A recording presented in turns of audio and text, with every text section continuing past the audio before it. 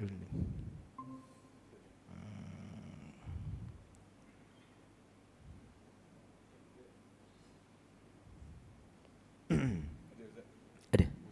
Okey.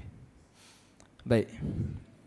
Jadi alhamdulillah yang saya muliakan Tuan Imam, Tuan Bilal, Tuan Pengerusi Masjid, Timbalan Pengerusi, ahli jawatan kuasa, guru-guru, para alim ulama, para pemimpin, muslimin muslimat, hadirin hadirat yang dirahmati Allah Subhanahu. Alhamdulillah, pertama sekali kita syukur kepada Allah Subhanahu wa taala ya, dengan limpah taufik ya, inayah ya, kita dapat berkumpul di sini ya, dapat menunaikan salat fardu maghrib ya secara berjamaah. Alhamdulillah, dan itu satu nikmat ya, satu ya, pilihan daripada Allah Subhanahu wa taala. Jadi alhamdulillah kita teruskan lagi ya, membicarakan mengenai sujud sahwi. Yang mana sujud sahwi ini ada tempat-tempat ataupun ada ketika yang disunatkan untuk kita melakukan sujud sahwi.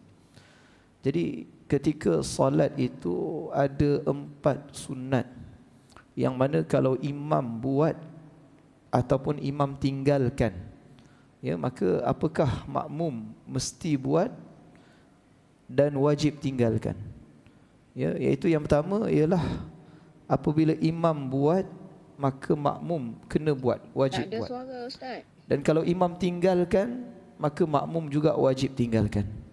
Ya, iaitu apa dia? Iaitu sujud tilawah. Sujud sajadah. Ya, barangkali ada orang yang ya first time salat subuh ya Jumaat di masjid ataupun di surau. Ya, imam baca sujud sajadah. Dia pun ingat apa benda imam tiba-tiba sujud. Takkan imam sembahyang subuh 3 rakaat. Dalam rakaat tu tak ada rukuk terus sujud terus. Jadi dia pun tak sujud. Jadi kalau dia melakukan ataupun meninggalkan dalam keadaan tahu, alim ya, amid dalam keadaan tahu dan sengaja, maka batal solatnya.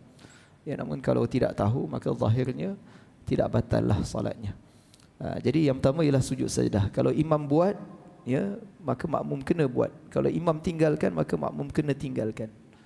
Itu sujud sajdah. Yang kedua ialah kalau makmum buat, kalau imam buat ya, maka makmum tidak wajib buat. Ya, boleh sahaja makmum nak tinggalkan. Dan kalau imam tinggalkan, makmum juga tidak wajib tinggalkan. Ya, kalau makmum nak buat pun boleh juga buat. Kalau imam buat, maka makmum nak tinggalkan boleh tinggalkan. Kalau imam tinggalkan, maka makmum nak buat boleh juga makmum nak buat. Iaitu apa dia? Iaitu doa kunut. Doa kunut. Ya, kalau imam buat, makmum tak nak buat, nak sujud terus, boleh, tak ada masalah. Ya, tidak batal salatnya. Tetapi makruh. Ya, tetapi makruh kalau dia sujud terus. Kalau imam tak buat, dia nak buat, boleh, tak ada masalah. Tetapi dengan syarat dia pasti bahawa akan bertemu dengan imam sebelum imam naik ya pada sujud yang kedua. Dia pasti bahawa dia dapat bertemu dengan imam sebelum imam naik sujud kedua.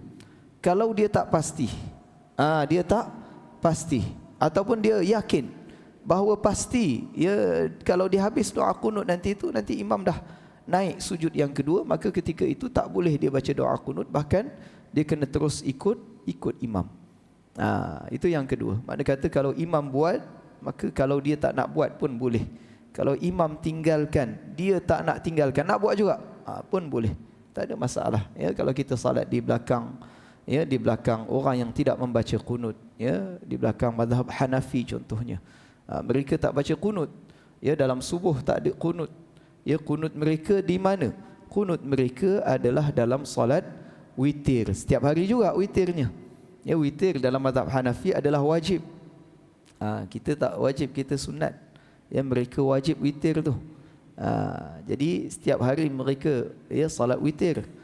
Jadi kalau kita salat subuh di belakang mereka, kita nak baca doa kunut, boleh, tak ada masalah. Baik. Ya, ataupun imam, ya, imam bermazhab Salafi di Malaysia lah. Ya, dia tinggalkan kunut. Tinggalkan Qunut. Kita nak baca qunut, boleh, tak ada masalah. Kalau imam mazhab Salafi di Pakistan, mereka baca qunut. Itu yang pelik sikit tu. Mereka baca qunut, ya, sebab mazhab Hanafi tak baca qunut, jadi mereka baca qunut. Kat Malaysia ni mazhab kita mazhab Syafi'i, kita baca qunut, jadi mereka tak baca qunut pula. Jadi itu yang yang keliru itu, ya. Baik, itu yang kedua. Yang ketiga, kalau imam buat, imam buat, maka makmum wajib buat. Dan kalau imam tinggalkan, maka makmum tak wajib tinggalkan. Ya, imam buat, maka makmum wajib buat. Tapi kalau imam tinggalkan, imam tak buat, ya, kita tak wajib tinggalkan. Ya, makmum tak wajib tinggalkan. Boleh sahaja kalau makmum nak buat. Iaitu apa dia? Iaitu sujud sahwi. Sujud sahwi. Kalau imam buat, ya, walaupun itu bukan kesalahan makmum, makmum masuk tak sempat pun, ya, tinggalkan, dia masuk rakaat ketiga. Imam tinggal tahiyat awal rakaat kedua. Dia masuk rakaat ketiga. Bukan kesalahan, tak ada apa-apa, dia tak ada apa-apa, lupa makmum. Maka kalau imam sujud sahwi, maka makmum wajib sujud sahwi.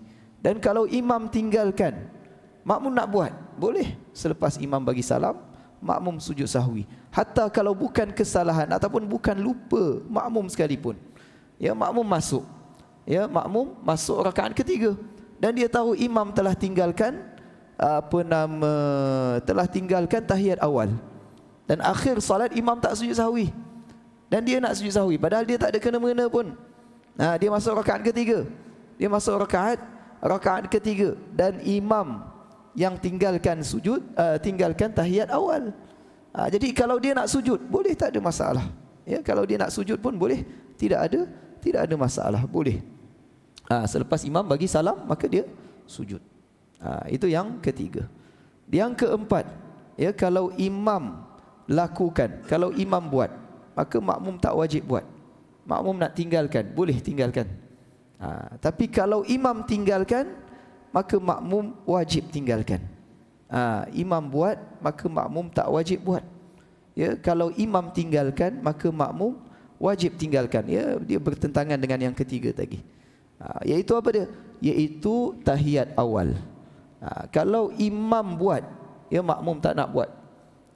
Dia nak bangun terus bangun, boleh, tak ada masalah, tidak batal salatnya. Tetapi makruh lah. Ya, kalau bagi makmum, maka makruh. Tapi kalau dia tak nak buat juga, dia nak bangun terus, tak ada masalah. Memang tidak batal salatnya. Tidak batal salatnya.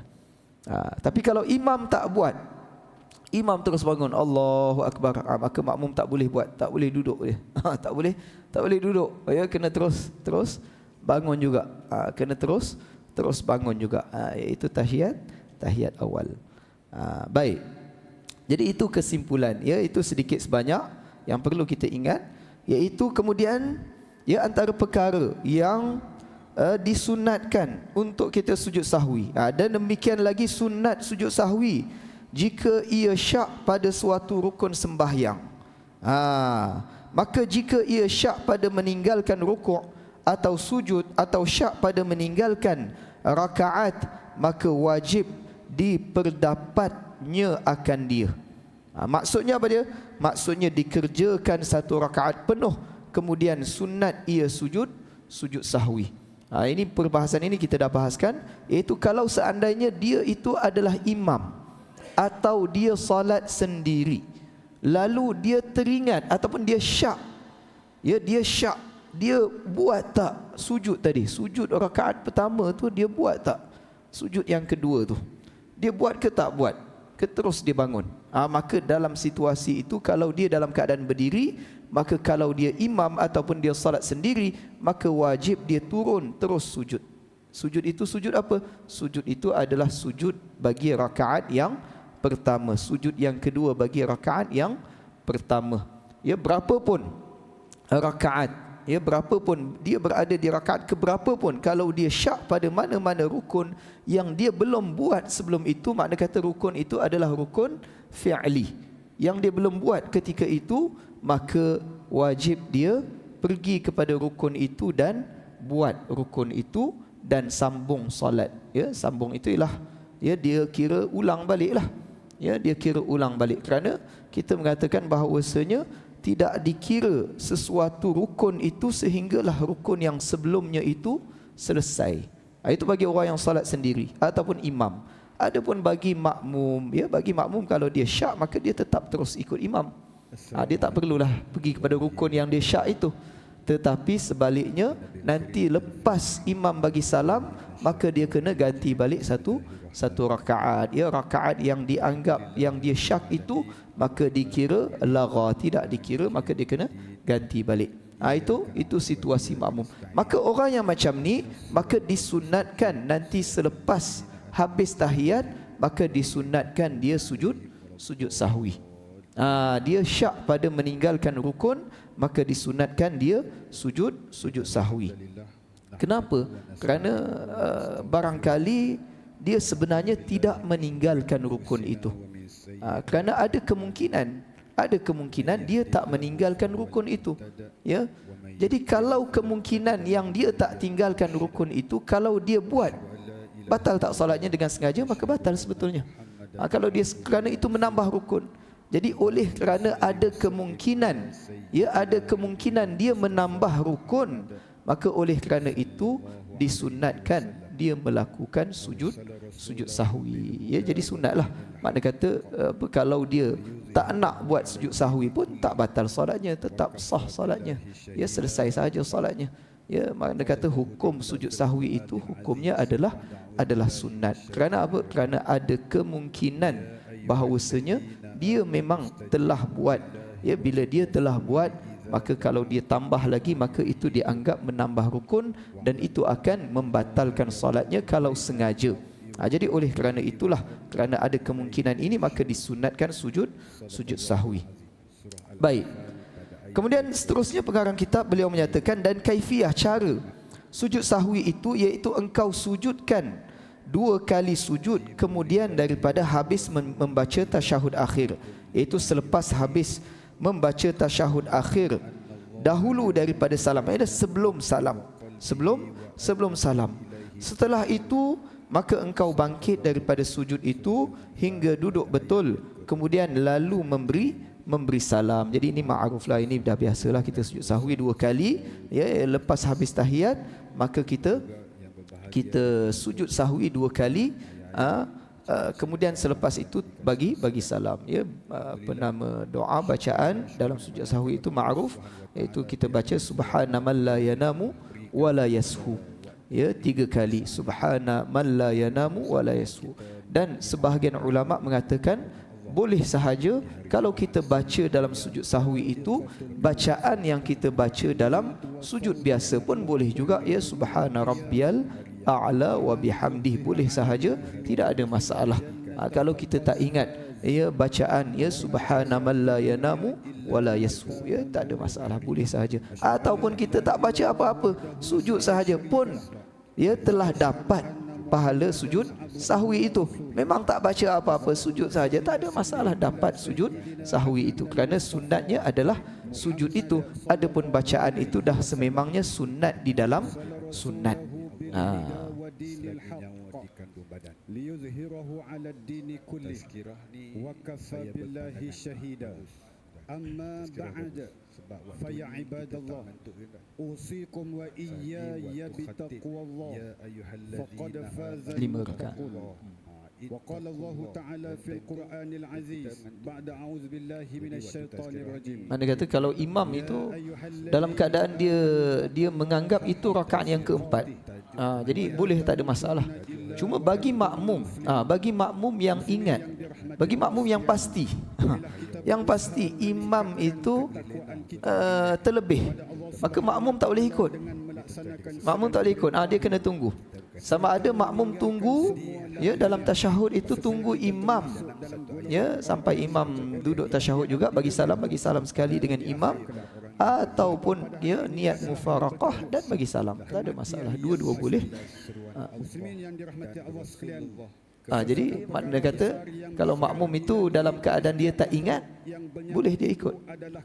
Makna kata kalau dia pun was-was, betul ke ni 4 rakaat ke 3 rakaat, dia pun okeylah, bangunlah. Jadi tak ada masalah. Tapi kalau dia pasti, kalau dia tak batal. Tapi kalau dia pasti lalu dia bangun juga, maka batal solatnya. Kerana sengaja menambah rukun. Sengaja menambah rukun itu, maka dia akan membatalkan solatnya. Sama juga imam. Imam kalau dia dah bangun, dia baca Fatihah. Dah baca Fatihah, dah habis dah. Surah habis dah.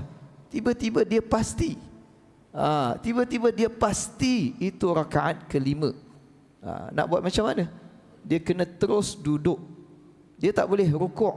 Ya, jangan rukuk. Dia kena terus duduk. Terus baca tahiyat, bagi salam. Sujud sahwi lah. Sujud sahwi disunatkan dia sujud sahwi kerana dia telah menambah satu rukun, maka disunatkan dia sujud sahwi.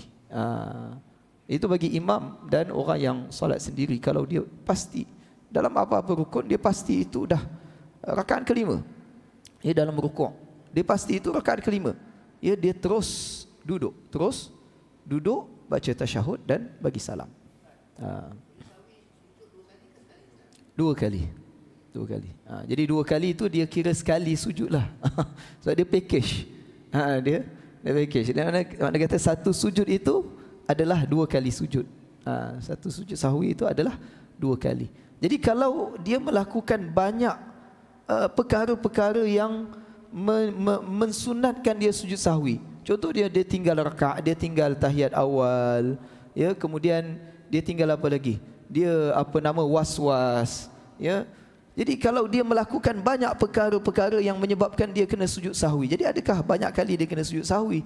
Maka tidak, sekali saja. Ya, itu 2 kali lah. Sekali itu bermaksud 2 kali sujud. Ya, walaupun berapa banyak pun perkara-perkara yang berlaku di dalam salat itu, maka sekali sahaja dia sujud sahwi pada akhir, ya, salatnya. Baik. Kemudian pengarang kitab beliau menyatakan perkara-perkara yang makruh di dalam sembahyang, yang dituntut untuk kita meninggalkan, ya, perkara-perkara yang makruh iaitu dituntut untuk kita meninggalkan. Namun kalau kita buat, ya, sila.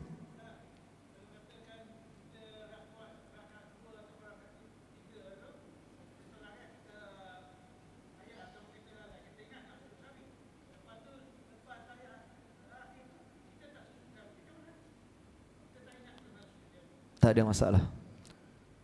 Sembahyang sah. Sebab sujud sahwi itu hukumnya adalah sunat saja. Jadi mana kata kalau kita dah teringat dah nak sujud sahwi tu, tiba-tiba bila habis tahiyat tu dah tak ingat dah sujud sahwi. Kita sujud sahwi pun lupa juga.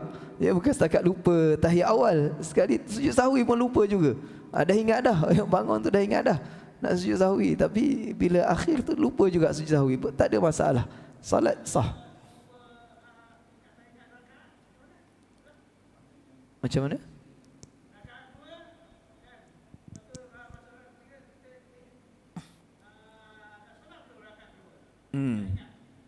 Ambil yang paling sikit.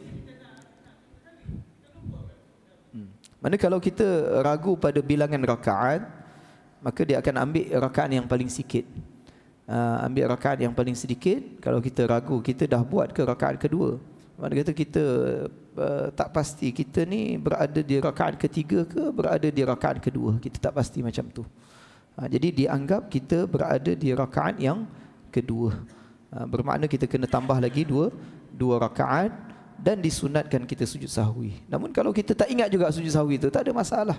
Ya, salat itu sah. Ya, salat itu selesai. Ya, selesai. Tak ada masalah. Jadi kalau makmum, ya, makmum nak sujud sahwi juga boleh, makmum nak sujud, tak ada masalah. Ya, kalau berlaku apa-apa kesilapan imam di dalam solat, maka makmum nak sujud sahwi, ya, tak ada, silakan. Ya, selepas imam bagi salam. Cumanya makmum, kalau makmum masbuk, bila dia nak sujud sahwi? Adakah selepas imam bagi salam tu terus dia sujud sahwi?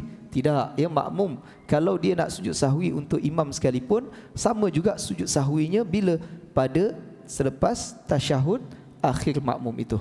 Bukan selepas imam bagi salam dia masbuk. Ya, masbuk 2 rakaat. Ya, jadi imam tak sujud sahwi, kemudian dia bagi salam terus dia sujud sahwi, sambung 2 rakaat. Tak boleh begitu. Tidak boleh begitu. Sujud sahwinya bila? Ya, setelah habis tasyahud akhir bagi makmum dan dia sujud sahwi ketika itu. Kerana sujud sahwi ini bila tempatnya di mana? Ialah selepas baca tasyahud akhir. Baik. Kemudian perkara-perkara yang makruh, ya, yang dituntut untuk kita tinggalkan di dalam sembahyang. Namun kalau kita buat berdosa ke? Tak berdosa. Ya, perkara yang makruh ini kalau buat maka hukumnya tidak berdosa. Tetapi itu akan menjelekkan ataupun akan memburukkanlah solat itu. Ya, dia akan menyebabkan solat itu tidak sempurna. Maka perkara-perkara yang makruh di dalam sembahyang itu 11 perkara. Pertama, berpaling ke kiri, ke kanan melainkan kerana hajat. Berpaling itu maksudnya apa dia? Berpaling dengan muka kita. Bukan dengan dada. Kalau dengan dada sengaja maka batal. Ya, tapi tengok. Kita pun tengok. Tengah-tengah salat tengok. Tengoklah merayau-rayau, ya, kepala kita merayau-rayau, tengok. Jadi itu adalah makruh. Tak batal, tidak batal, tapi makruh, melainkan apabila ada hajat. Ada hajat itu bagaimana? Ya, ada hajat itu barangkali, ya, kalau ada kita nampak sesuatu, maka ada hajat itu seumpama kalau ya mungkin nak pastikan imam ke, ya, tiba-tiba tak dengar imam. Jadi nak pasti imam lama sangat ni. Kenapa imam lama sangat duduk? Ataupun kenapa apa cerita imam? Dia pun paling jap tengok. Imam tengah sujud lama benar imam sujud. Dia pun pusing jap tengok. Apa cerita imam? Jadi itu tidak makruh. Ya, barangkali mungkin kalau ialah kadang-kadang mikrofon tak berfungsi. Baik. Itu yang pertama. Yang kedua, melihat ke atas, mendongakkan kepala, ya, tengok ke atas. Ya, maka ya kadang ada orang yang dia terlalu asyik, ya, maka dia pun melihat ke atas, maka itu hukumnya adalah makruh.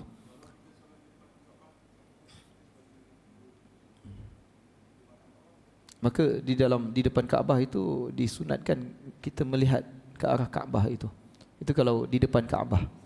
Adapun kalau selain daripada Kaabah, maka disunatkan kita melihat di tempat sujud kita.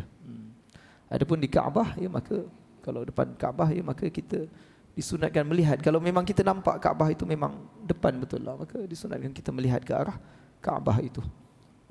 Kalau kita solat di tempat tingkat 3 yang kat belakang tu memang tak nampak dah. Tak nampak, memang tempat sujud je lah. Tapi kalau yang kat bawah masih nampak lagi, maka tengok Kaabah, sunat. Tak ada masalah. Baik, maksud mendongakkan kepala ni ialah kalau tak ada apa-apa, ya, bukan ada Kaabah kat depan kita. Tengok kat atas. Mungkin lampu cantik barangkali masjid kan. Jadi dia pun tengok kat atas tu. Mungkin barangkali lampu cantik, ya, ada setengah dulu masjid dulu selalu letak lampu yang dekat tengah-tengah tu. Tapi memang cantiklah lampu tu. Cuma kalau buka dia jadi panas. Bila buka dia panas. Jadilah masjid semua tak dah cabut dah lampu tu. Tak ada. Tempat sekarang ni dah jarang dah kita tengok lampu tu. Sebab memang dulu cantik. Mungkin barangkali dulu sejuk kot. Ya, dulu udara kita tak sepanas sekarang. Jadi sekarang ni panas. Jadi bila sampai satu masa tu memang kalau buka memang panas. Jadi orang tak suka dah, tak selesa dah. Baik. Kemudian yang ketiga, menyingsingkan kainnya atau menyingsing kainnya atau rambutnya. Makna kata di dalam solat itu dia duk bermain-main dengan rambut ataupun dengan kainnya. Bermain-main dengan kainnya. Itu ketiga. Keempat, menaruh tangannya atas mulutnya. Dia meletakkan tangannya di atas mulutnya.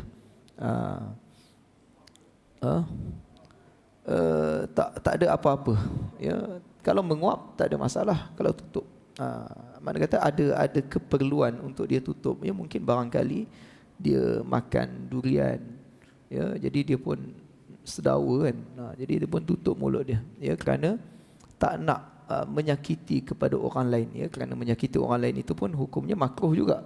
Jadi dia pun tutup, ya, ambil kain tutup. Maka tidak makruh kerana ada keperluan. Tapi ini tak ada apa-apa. Tak ada apa-apa. Baik. Kelima, berdiri atas satu kaki. Berdiri dengan satu kaki. Ya, melainkan kalau dia memang ada satu kaki saja. Jadi ya barangkali ya kadang ada orang dia pelik-pelik lah. Ya mungkin kita katakan tak tahulah kenapa, apa sebabnya ya berdiri dengan sebelah kaki. Mungkin sakit. Kalau sakit tak ada masalah. Ya kalau memang ada keperluan, mana sakit ke, lenguh ke, tak ada masalah. Tapi ini saja-saja. Saja-saja itu yang makruh. Sah, tak ada masalah. Keenam, menahan kencing atau menahan berak. Ya, jadi bilakah makruh menahan kencing ataupun menahan berak ketika solat ini? Makruhnya ialah apabila ketika sebelum takbiratul ihram itu memang datang perasaan nak buang air itu. Sebelum takbiratul ihram itu datang. Ya datang. Tapi dah berasa dah. Ya, orang kata dah berasa dah. Ya, tapi oleh kerana ya nak jaga jamaah, contohnya nak jaga jamaah, maka dia pun tahan juga. Maka itu hukumnya adalah makruh. Kerana jamaah itu hukumnya adalah sunat. Ya, ada yang mengatakan fardu kifayah, ya, tapi ada sunat ya jamaah itu. Ya, sedangkan menahan itu hukumnya adalah makruh. Jadi ya afdalnya dia buat apa? Afdalnya maka dia menunaikan dululah hajatnya. Baik, ya. Solat Jumaat. Solat Jumaat kalau memang dia boleh tahan, maka tahanlah. Kalau tak boleh tahan, maka dia dikira uzurlah.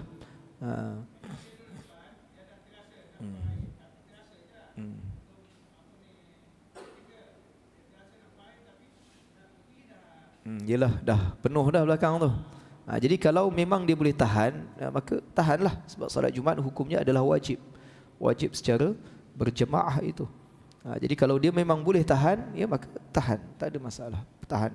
Ya memang hukumnya adalah makruh, tapi makruh itu kalau lawan dengan wajib, maka wajib itu lebih kuat lagi tuntutannya. Jadi wajib itu dia dahulukan yang wajib itu.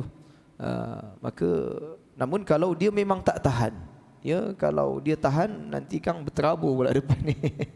Jadi keluarlah, ya keluar dan selesaikan. Maka masuk balik. Masuk itu tengoklah, kalau dia sempat satu rakaat dengan imam, maka dia dapat Jumaat.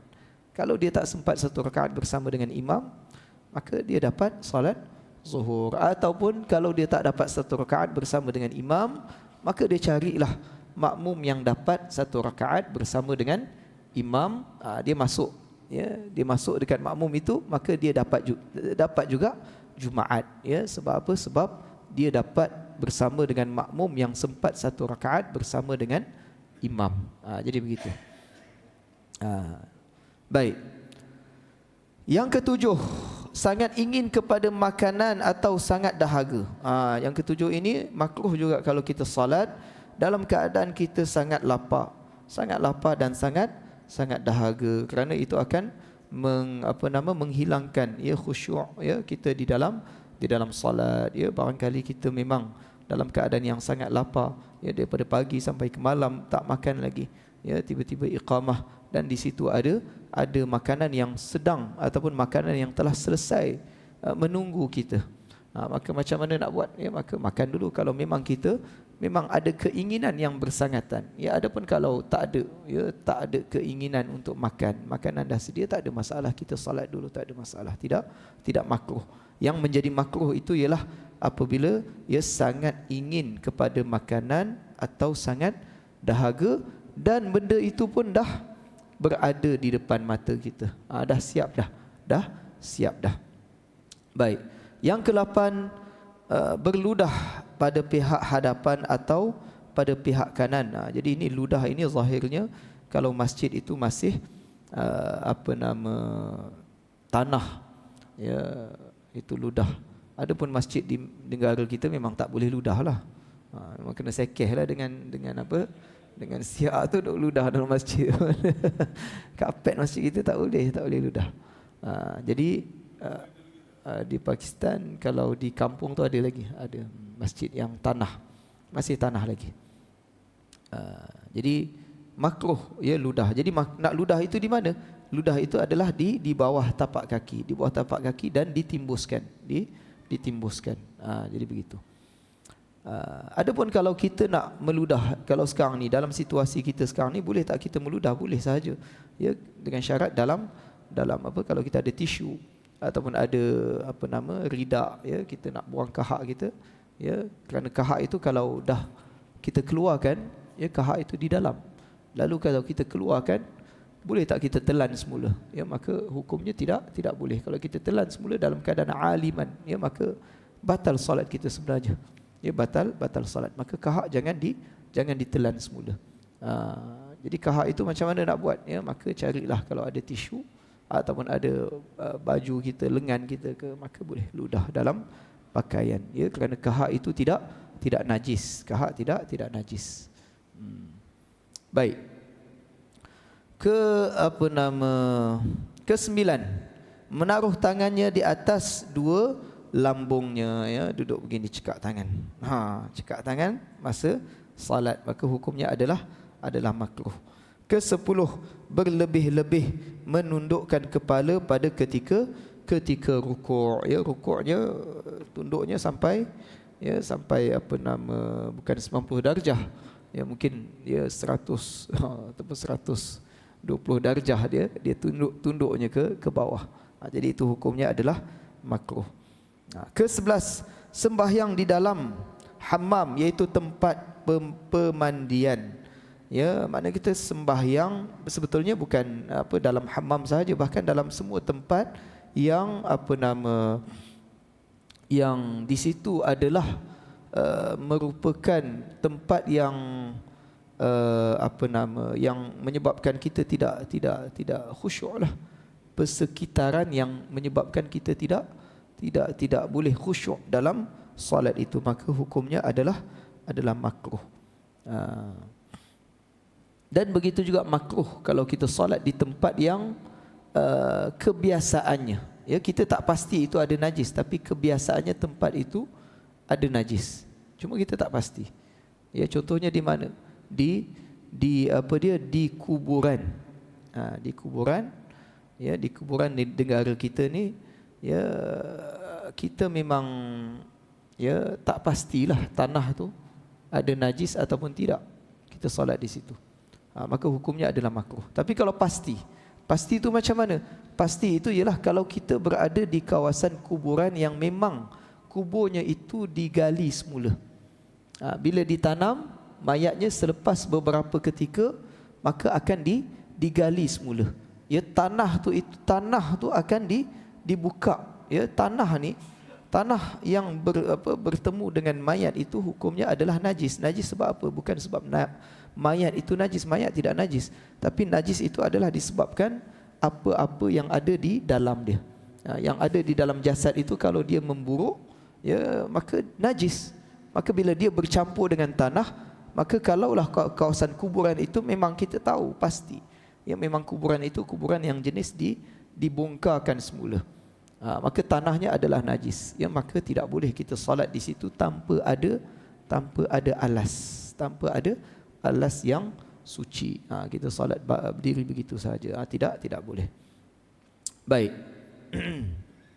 Dan makruh sembahyang pada tengah jalan orang lalu lintas, dan lagi makruh sembahyang pada tempat membuangkan tahi binatang, ya, tempat dibuang, ya, najis binatang.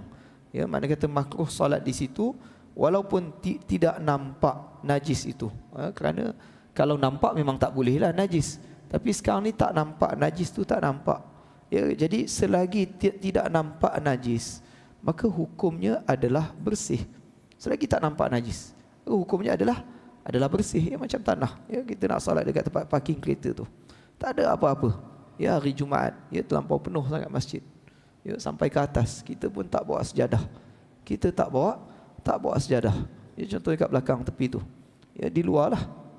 Ya, Jadi apa hukum kita solat dekat situ? Ataupun kita solat kat atas jalan raya tu, kita tak buat apa-apa sejadah. Hari Jumaat contohnya, kita tak buat apa-apa sejadah, apa-apa alas. Jadi apa hukum dia? Kita nak hukumkan bersih ke najis kat situ?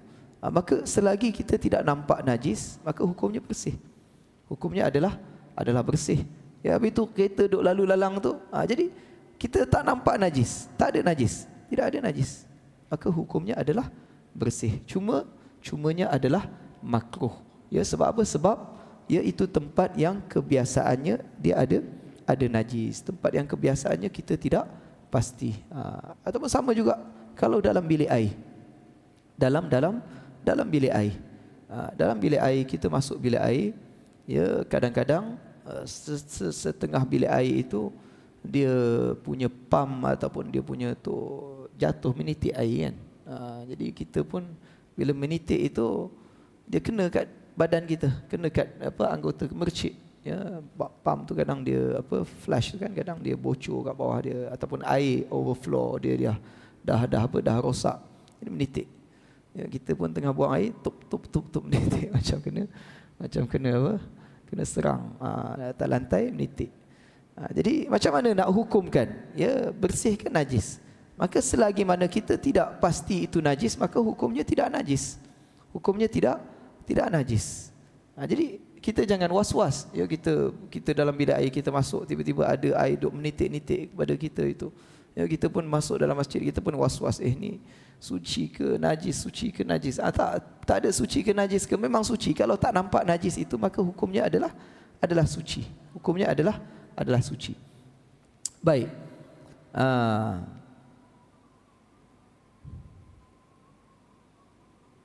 Dan lagi makruh sembahyang pada tempat orang kafir menyembah berhala, dan lagi makruh sembahyang di tempat perkuburan yang suci. Perkuburan yang suci. Kerana apa dia? Kerana macam kuburan kita lah. Ya, kuburan di negara kita rata-ratanya tidak dibongkarkan semula. Rata-ratanya begitu. Ya, adalah kuburan yang dibongkarkan, tapi rata-ratanya tidak. Ya, kita ni tanah kita masih banyaklah sebenarnya. Dan demikian lagi makruh di dalam sembahyang itu meniup sampah yang pada tempat sujudnya. Ya, maksud sampah itu ialah apa-apa yang ada ya di depan kita, dan meratakan pasir yang pada tempat sujudnya. Ya, makna kata kalau di tempat sujud itu ada apa-apa, ya, maka kita ratakan pasir itu, maka hukumnya adalah makruh. Ya, namun kalau seandainya, ya, kalau di depan kita ada benda yang memudaratkan, ya, kalau kita solat di tempat yang mana di atas batu yang tajam, ya, boleh saja kita alihkan batu itu, tidak makruh. Ya, tapi kalau ya sekadar pasir, sekadar ya kita pun nak hilangkan, maka hukumnya adalah makruh. Baik. Dan sunat sembahyang di dekat dewal, yakni dinding, atau di dekat tiang, atau ditaruh di hadapannya itu suatu. Jadi makna kata sutrah lah. Ya, kalau kita salat di tempat yang lapang, maka disunatkan kita meletakkan sesuatu di depan kita, sutrah. Dan sunat dihamparkan pada tempat sembahyang itu suatu seperti tikar atau kain atau sejadah. Ya, makna kata kita salat di mana-mana pun, walaupun kita salat di rumah kita, ya, memang bersih, tak ada apa-apa. Dia hukumnya lantai di dalam rumah kita. Apa hukum lantai dalam rumah kita? Bersih ke najis? Maka selagi memang tidak ada najis, memang kita tak nampak najis itu, ya, tak nampak dan tak pasti, maka hukumnya bersih. Kita nak solat kat mana-mana pun boleh. Hukumnya adalah bersih. Hukumnya adalah suci. Ya, kalau kita nak solat tanpa sejadah, tak ada masalah. Cuma disunatkan kita menggunakan sejadah. Disunatkan kita menggunakan sejadah, walaupun tempat itu memang kita dah pasti dia bersih, maka disunatkan tetap kita menggunakan sejadah. Ya, melainkan kalau dalam masjid lah. Dalam masjid ini, kalau kita pakai sejadah itu menyebabkan susah nak dirapatkan, itu pun tak ada masalah sebetulnya, boleh sahaja dirapatkan, tak ada masalah. Baik. Perkara-perkara yang membatalkan sembahyang. Jadi ini perkara-perkara yang makruh. Kemudian pengarang kitab datangkan perkara-perkara yang membatalkan sembahyang, dan batal sembahyang itu dengan sebab perkara-perkara yang disengajakan, dan lagi batal sembahyang itu sebab makan dan minum yang disengajakan, dan lagi batal sembahyang itu sebab membanyakkan perbuatan di dalam sembahyang seperti memalu itu bergerak, ya, memukul dengan 3 palu dan melangkah dengan 3 langkah yang berturut-turut, atau menggerakkan satu anggota dengan 3 kali yang berturut-turut. Baik, okey, kita tengok yang pertama. Ya, dia kata batal sembahyang itu dengan sebab perkara-perkara yang disengajakan. Okey. Berkata-kata. Maaf. Berkata-kata yang disengajakan. Okey. Berkata-kata yang disengajakan. Baik, berkata-kata yang disengajakan yang membatalkan sembahyang itu berkata-kata macam mana? Berkata-kata dengan perkataan manusia, dengan perkataan kita lah. Ya, bukan zikir, bukan bukan ya bacaan Al-Quran, ya, tapi berkata-kata dengan sengaja. Berkata-kata dengan sengaja.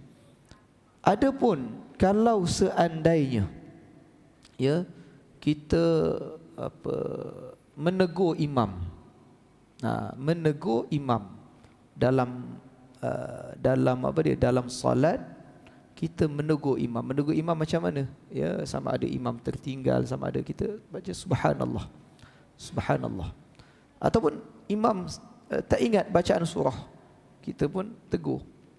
Jadi macam mana situasi menegur imam itu macam mana? Maka situasi menegur imam, kalau satu orang itu nak menegur imam, maka dia, ataupun bukan menegur sahaja, dia jadi apa? Dia jadi mukabbir.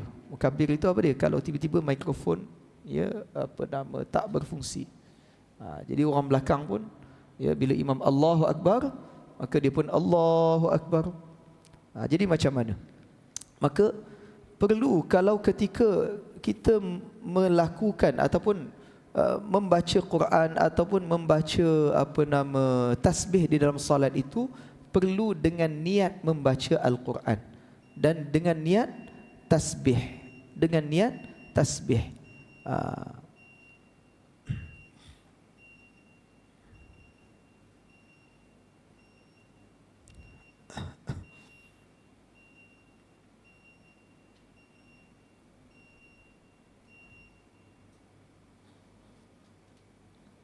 Bismillahirrahmanirrahim. Subhanallah walhamdulillah wa la ilaha illallah wallahu akbar. Wa la hawla wa la quwwata illa billahil azim. Allahumma shalli ala sayyidina Muhammad. Allahu ya karim.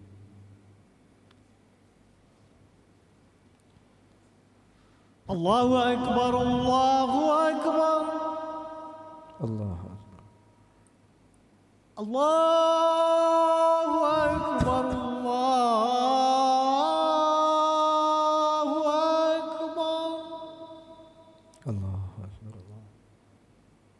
أشهد أن لا إله إلا الله.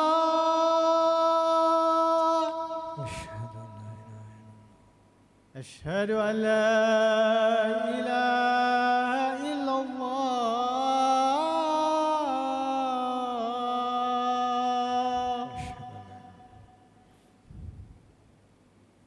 أشهد أن محمدا رسول الله.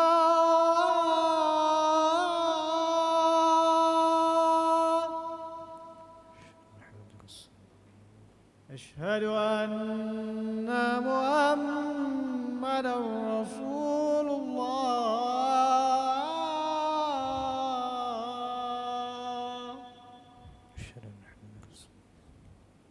حي على الصلاة. لا حول ولا قوة إلا بالله. حي على الصلاة.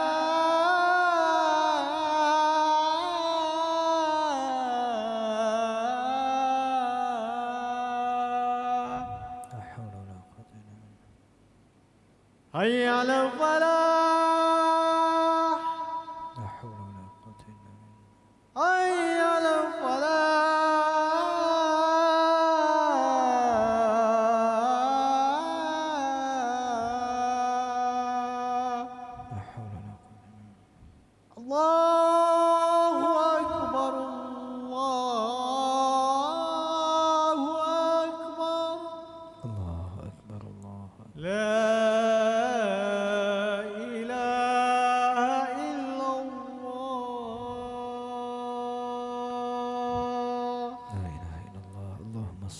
وسلم وبارك عليه وعلى آله وصحبه وبارك وسلم. اللهم رب هذه الدعوة التامة والصلاة القائمة آت سيدنا محمد وسيلة الفضيلة وابعثه مقاما محمودا الذي وعدته إنك لا تخلف الميعاد. Baik. Jadi kalau kita jadi mukabbir, ya, jadi mukabbir itu orang yang menyampaikan takbir, ataupun kita tegur imam, bacaan imam di dalam salat, maka kena mesti ada niat kita membaca Al-Quran ataupun niat tasbih. Ya, kalau berserta dengan niat itu, kita niat untuk menegur imam, boleh, tak ada masalah. Yang tidak boleh ialah apabila kita baca, kita takbir itu dengan niat semata-mata untuk i'lam, untuk bagi tahu kepada orang, ataupun tak ada apa-apa niat, tak ada apa-apa niat. Maka kalaulah dia itu orang yang alim, yang tahu, maka batal solat dia sebetulnya. Tapi kalau dia orang awam biasa, maka tak batal solatnya. Ya, hukumnya solatnya sahlah. Ya, kadang-kadang ialah, ya, kita ni orang bukan, kerana ini antara perkara yang halus lah dalam masalah fiqah. Ini antara perkara yang halus, niat zikir ataupun niat bacaan itu.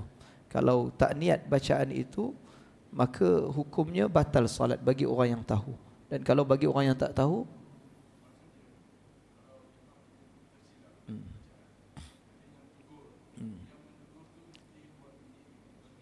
niat bacaan Al-Quran, bacaan Quran, bukan untuk menegur imam semata-mata. Kalau dia niat membaca Quran dan menegur imam, boleh, tak ada masalah. Dua-dua sekali. Yang tidak boleh ialah kalau dia niat semata-mata untuk menegur imam ataupun tak niat apa-apa, tak ada, mutlak. Jadi kalau dia dalam keadaan tahu begitu, maka batal solatnya. Tapi kalau dia tak tahu, maka tidak batal solatnya. Kalau tidak tahu, maka tidak batal solatnya. Jadi janganlah kita tengok ada orang tegur ataupun ada orang mukabbir, nanti lepas solat kita tanya dia, kau niat apa tadi? Kau niat apa tadi?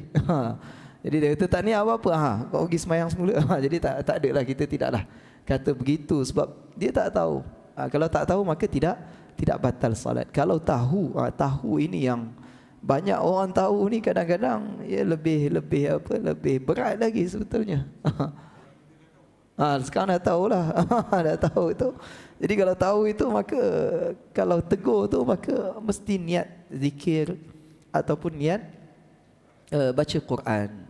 Niat zikir ataupun niat baca Quran. Dia tidak boleh semata-mata niat untuk tegur, kerana kalau niat untuk tegur itu seolah-olah kita khitab, kita bercakap dengan orang itu. Jadi itu termasuk di dalam berkata-kata. Itu termasuk dalam berkata-kata dengan sengaja. Ya, sama juga kalau dia jadi mukabbir, dia menyampaikan takbir ke belakang itu kan dia dia menyampaikan. Dia niat untuk menyampaikan. Jadi itu kan berkata-kata. Ya, kerana itu ada i'lam, memberitahu. Jadi itu berkata-kata, termasuk di dalam berkata-kata juga. Ya. Baik. Jadi apa-apa bentuk zikir di dalam solat, ya, contohnya kita tegur dalam solat dengan zikir subhanallah, ataupun imam mikrofon tiba-tiba mati, blackout. Ya, jemaah penuh hari Jumaat kan, hari Jumaat jemaah penuh dan mikrofon blackout. Jadi orang belakang dia jadi mukabbir lah. Dia jadi mukabbir, penyampai suara imam tu. Kat sini ada seorang, belakang tu ada seorang, tu dekat depan pintu tu ada seorang, dekat sana pun ada seorang. Jadi mukabbir, jadi penyampai suara imam itu. Ataupun imam dalam solat tarawih, dalam solat tarawih ke ataupun solat biasa, ya, pagi Jumaat imam baca sajadah, imam tak berapa nak ingat sajadah. Bukan imam kat sinilah, kat tempat lain. Dia kita ingat sajadah tu. Ingat dia macam baca Fatihah. Kita mentegur, bersemangat untuk tegur imam itu. Jadi kalau ketika itu, maka mesti niat membaca Quran ataupun niat zikir, tasbih. Bukan niat untuk menyampaikan semata-mata. Kalau berserta dengan niat zikir ataupun niat baca Quran itu, dia niat menyampaikan, boleh, tak ada masalah. Yang menjadi masalah ataupun yang tidak dibolehkan ialah apabila dia niat semata-mata untuk menyampaikan. Untuk seolah-olah dia bercakap lah. Walaupun dia baca Quran, tapi seolah-olah dia bercakap. Walaupun dia bertakbir, tapi seolah-olah dia bercakap. Subhanallah. Imam tinggal dia pun subhanallah. Jadi dia niat untuk menegur imam. Memang niat untuk tegur imam. Ya, ataupun dia tak niat apa-apa, tanpa niat apa-apa. Maka kalau seandainya dia dalam keadaan tahu perkara ini, dia tahu, maka batal solatnya. Kalau dia tak tahu, tak apalah. Kita kata tak batal solat. Ketika tidak tahu, maka tidak batal solatnya. Itu para ulama menyebutkan begitu. Kalau tak tahu, maka tak batal solat. Jadi itu sebab kalau ingat, kalau dia tahu cuma dia lupa, batal jugalah solat sebetulnya. Sebab dia tahu. Dia asalnya dia kena tahu. Dia tahu itu adalah sebab untuk solatnya itu kita kata sah, ya, ataupun batal ketika dia mengatakan, ketika dia mengucapkan perkara itu. Jadi itu syaratnya dia tahu. Mana kata, namun kalau subhanallah dalam keadaan dia lupalah, mana kalau itu termasuk dalam tidak sengaja lah, maaf, itu kalau termasuk dalam tidak sengaja, mana kata dia tak ingat, dalam keadaan dia tak ingat, ya, mana kata dia bukan amid lah, dia bukan sengaja. Sengaja maka tidak batal solat. Kalau tidak sengaja, maaf, itu betulkan balik. Ya, mana kata kalau dia sengaja tahu aliman amida, itu syarat dia. Aliman tahu amida, sengaja. Dia tahu, maka batal solatnya.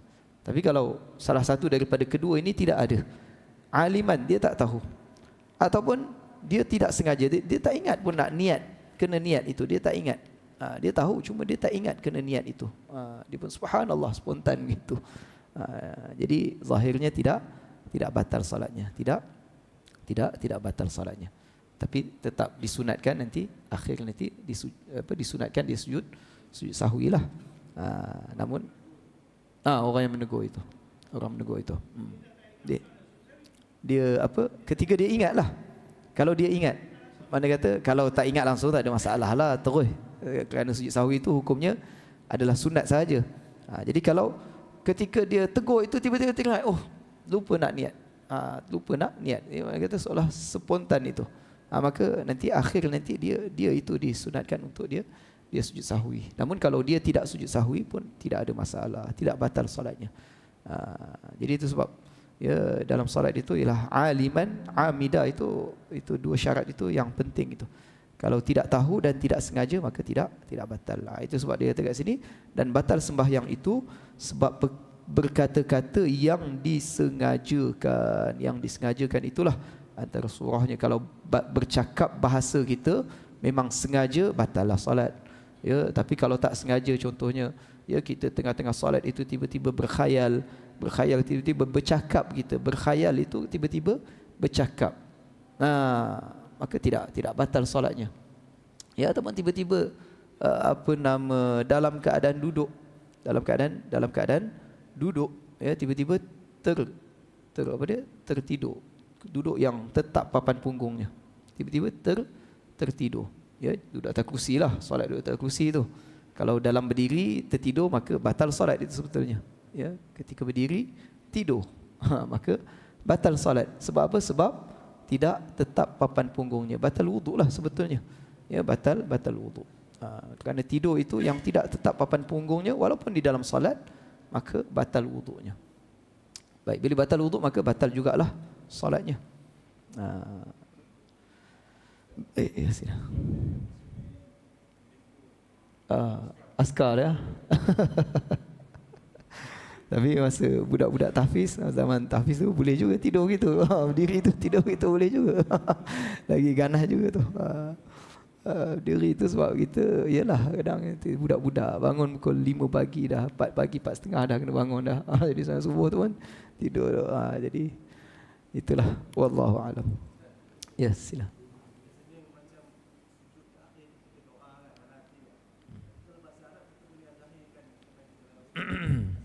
dalam sebetulnya doa kalau dalam bahasa Arab maka disunatkan doa itu ketika setelah selesai tasyahud, setelah selesai tasyahud, tasyahud akhir itu, maka itu disunatkan membaca doa, kerana di situ yang Nabi baca doa secara lafzan ialah di situ. Adapun dalam sujud, maka dalam sujud itu pun boleh juga, kerana itu antara tempat yang paling dekat kita dengan Allah ketika dalam sujud. Namun afdalnya sebetulnya ialah ketika sebelum tasyahud itu sebenarnya. Afdalnya adalah ketika sebelum bukan sebelum tasyahud, selepas tasyahud, sebelum salam. Antara doa yang warid dalam hadis, banyaklah. Dalam kita dah baca dah sebetulnya doa itu. Dalam kitab ni kita dah baca niat saja. Kalau nak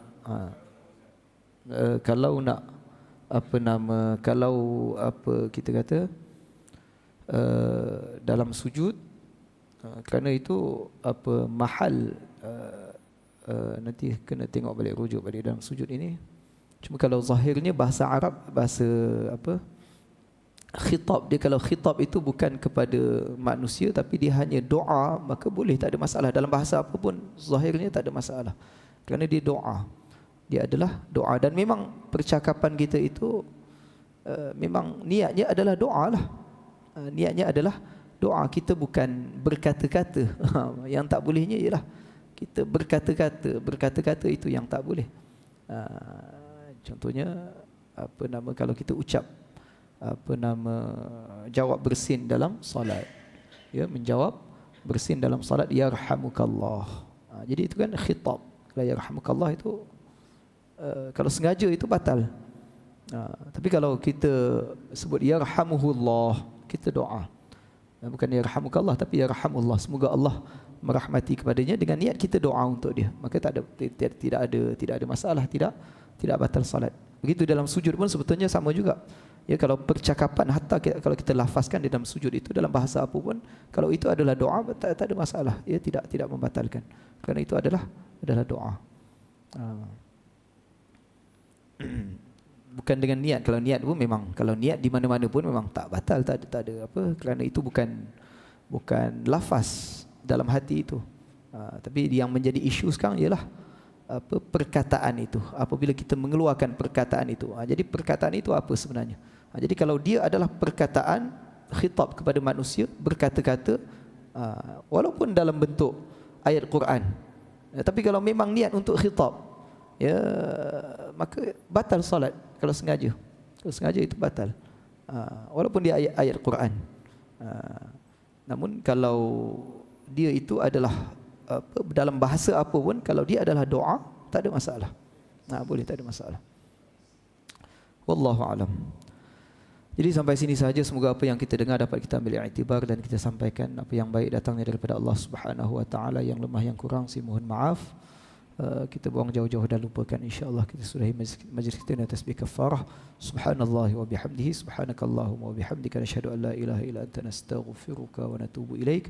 Subhana rabbika rabbil izzati amma yasifun, wa salamun alal mursalin, walhamdulillahi rabbil alamin. Wassalamualaikum warahmatullahi wabarakatuh.